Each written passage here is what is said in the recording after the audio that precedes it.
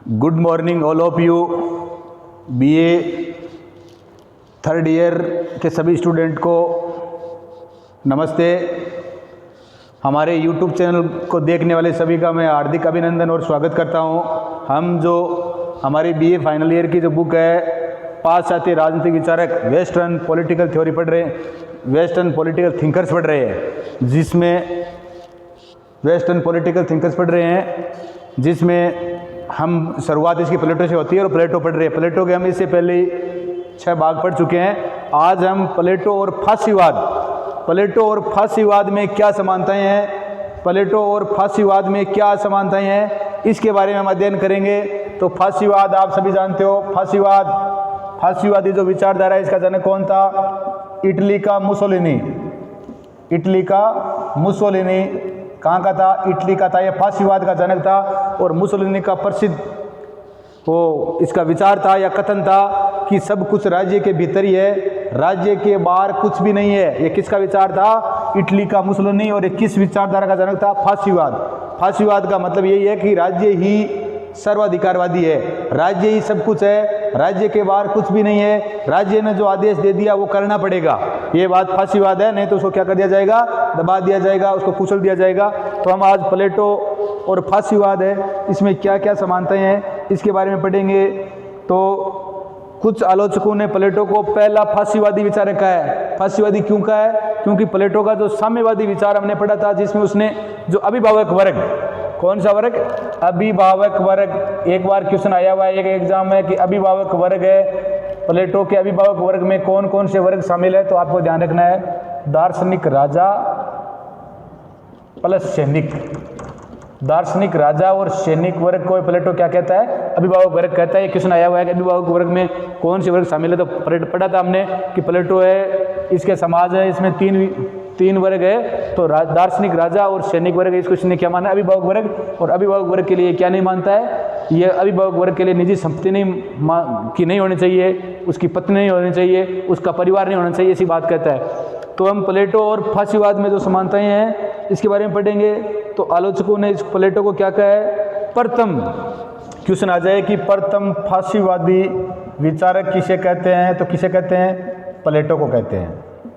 किसको कहते हैं? प्लेटो को कहते हैं। इस बात का ध्यान रखना है, क्वेश्चन आ जाए तो हमारे को इस बात का है वो ध्यान रखना है।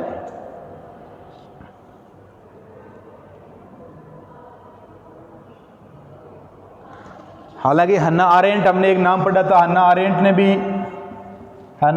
ने भी प्लेटो को क्या कहा है? फासीवादी विचारक कहा है। तो क्वेश्चन आ जाए कि काफी बार क्वेश्चन आया हुआ भी है कि प्रथम फासीवादी विचारक किस विचारक को कहा जाता है? तो किसको कहा जाता है? प्लेटो को। और किसने कहा था? हन्ना आरेंट ने भी कहा था। अब हम समानताएं पढ़ेंगे। प्लेटो और फासीवादी दोनों राज्य को नैतिक व सर्वशक्तिमान मानते हैं। प्लेटो समानताएं ये है, प्लेटो और फासीवादी, प्लेटो और फासीवाद या फासीवादी दोनों ही क्या मानते हैं? राज्य को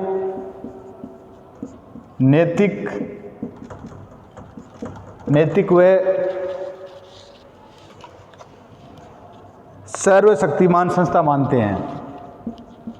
सर्वशक्तिमान संस्था मानते हैं। इस बात का ध्यान रखना है। फासीवाद के बारे में बता चुका हूं मैं। अब आप विचारधारा, फासीवादी एक विचारधारा ही है, विचारों का समूह है। तो प्लेटो और फासीवाद में समानता पहले ये है कि ये राज्य को नैतिक और सर्वशक्तिमान संस्था मानते हैं। प्लेटो यही बात कहता है। यही बात कौन कहते हैं? फासीवादी की बता चुका हूं। फासीवाद का जनक इटली का मुसोलिनी था, जिसने कहा था सब कुछ राज्य के भीतर ही है, राज्य के बाहर कुछ भी नहीं है। अगर राज्य में रहना है तो आपको जिस प्रकार से राज्य आदेश करता है वैसे काम आपको करना पड़ेगा। और ये बात करने का तरीका अलग अलग है। प्लेटो नैतिक के माध्यम से कहता है कि राजा दार्शनिक है तो कल्पना करता है इस प्रकार राज्य होगा तो राजा जो आदेश देगा वो क्या होगा? भाई अपने कर्तव्य का पालन करते रहना चाहिए। तो राजा जो आदेश देगा वो क्या है? सही है। तो राज्य को ये दोनों ही नैतिक व सर्वशक्तिमान संस्था मानते हैं। प्लेटो और फासीवादी दोनों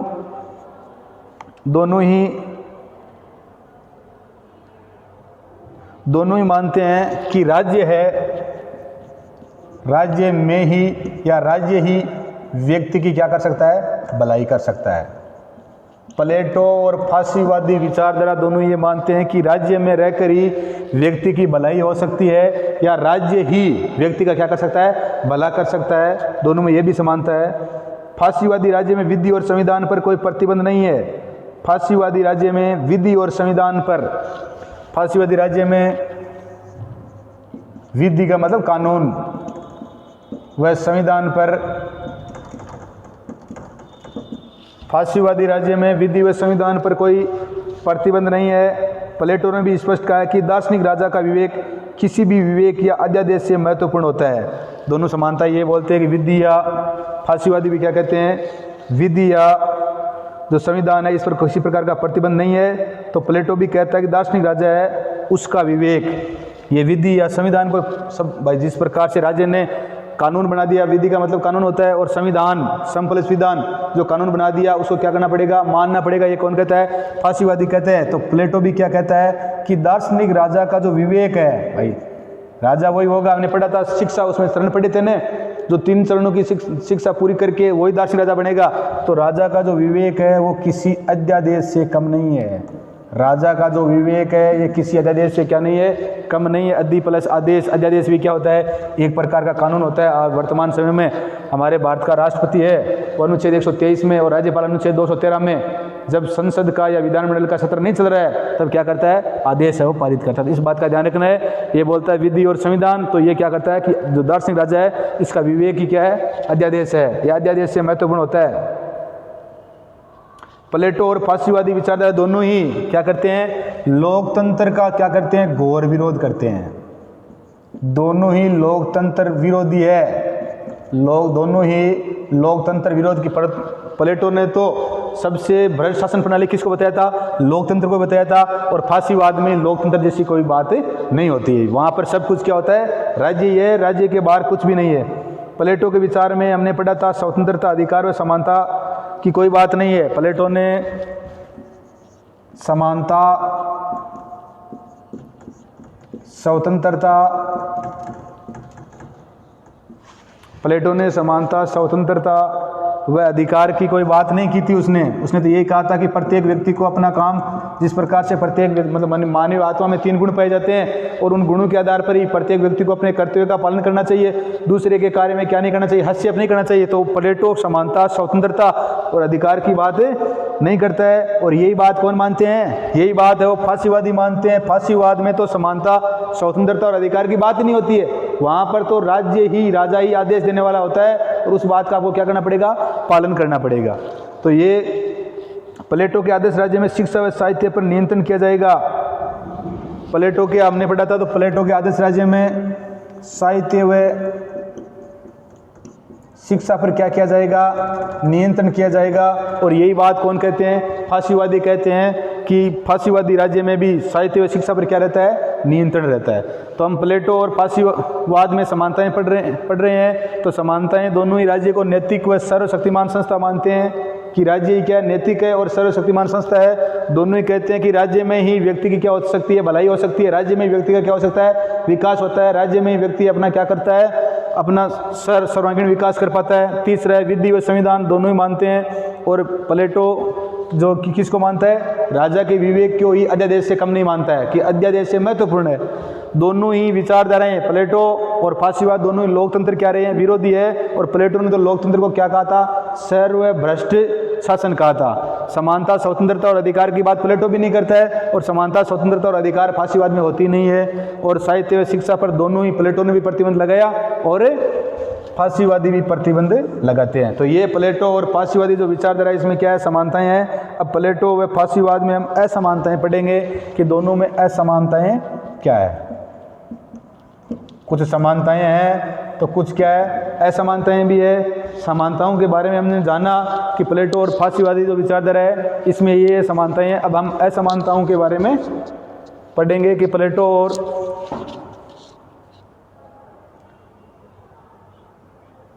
प्लेटो के अनुसार विवेक है वो व्यक्ति का क्या है, सबसे महत्वपूर्ण गुण है। प्लेटो के अनुसार विवेक है, हमने पढ़ा था, एक विवेक, दूसरा साहस या शौर्य, तीसरा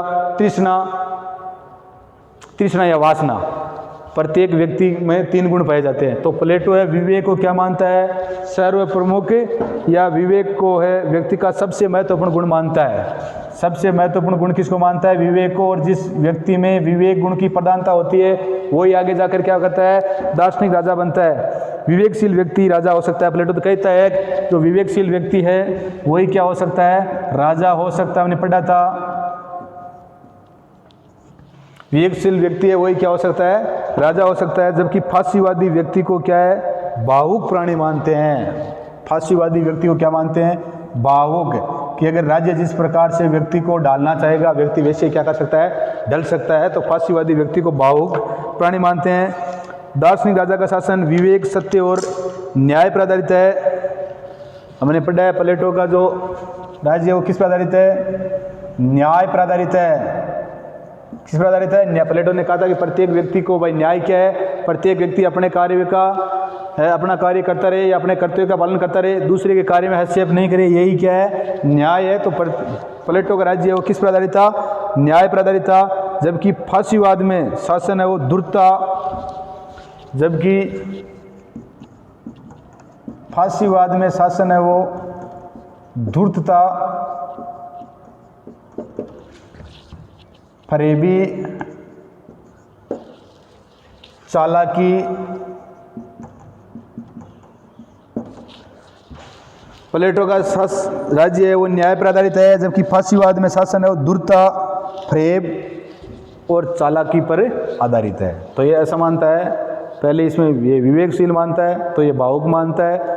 इसमें शासन है वो प्लेटो का शासन न्याय पर आधारित है, जबकि इसका चालाकी, धूर्तता, ठीक है ना, इस पर आधारित है। तीसरी ऐसा मानता है वो प्लेटो के विचारों में स्वतंत्रता व समानता अंतर्निहित है। हालांकि प्लेटो ने अलग से समानता व स्वतंत्रता की बात नहीं की है, परंतु उसके विचारों में मतलब न्याय में, प्लेटो के न्याय में स्वतंत्रता और समानता के विचार क्या है, सम्मिलित है।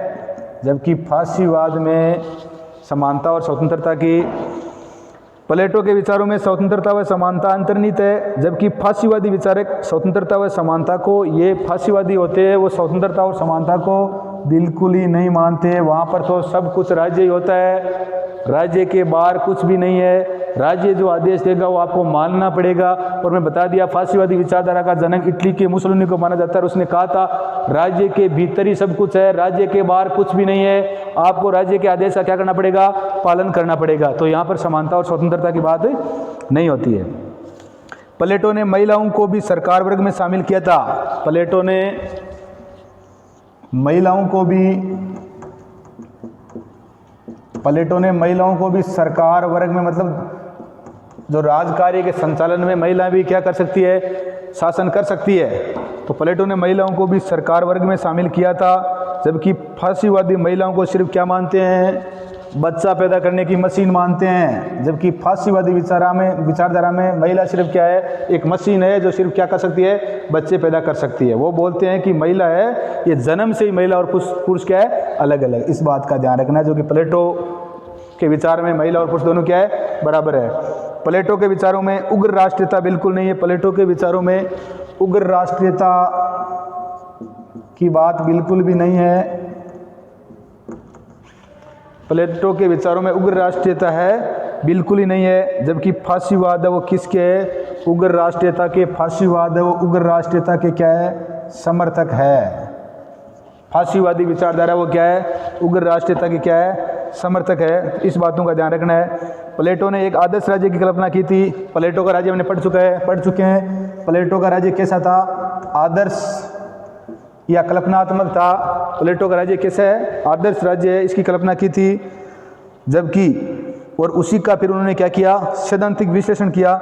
जबकि फांसीवाद मूलतः ये क्या है, अवसरवादी विचारधारा है। जबकि फांसीवाद क्या है, अवसरवादी विचारधारा है।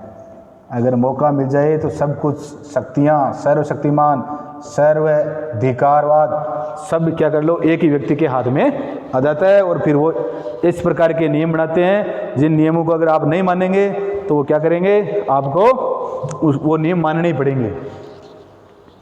तो ये बातें हमने अध्ययन कर चुके हैं। अब निष्कर्ष, इन दोनों से निष्कर्ष क्या निकलता है, प्लेटो और फासीवाद में हमने समानताएं भी पढ़ी, असमानताएं भी पढ़ी, दोनों में समानताएं भी है, तो साथ साथ में क्या है, असमानताएं भी है। अब इसका इस प्लेटो के फासीवादी जो विचार है, इसका निष्कर्ष क्या निकलता है? तो प्लेटो की जो फासीवाद से समानताएं हैं वो क्या है, संयोगिक है। प्लेटो की जो फासीवादी विचारधारा है, इससे जो समानताएं हैं वो क्या है, संयोगिक है, एक संयोग मात्र से ही है। वैसे इसकी कोई समानताएं नहीं है, परंतु ये क्या है, संयोग से ही है। तो ये ध्यान रखना है, निष्कर्ष इसका ये निकलता है, प्लेटो की जो फासीवाद से समानताएं वो क्या है, संयोगिक है या संयोग से ही है। प्लेटो का दर्शन है वो सत्य, प्लेटो का दर्शन सत्य, न्याय, विवेक, सत्य, न्याय, विवेक एवं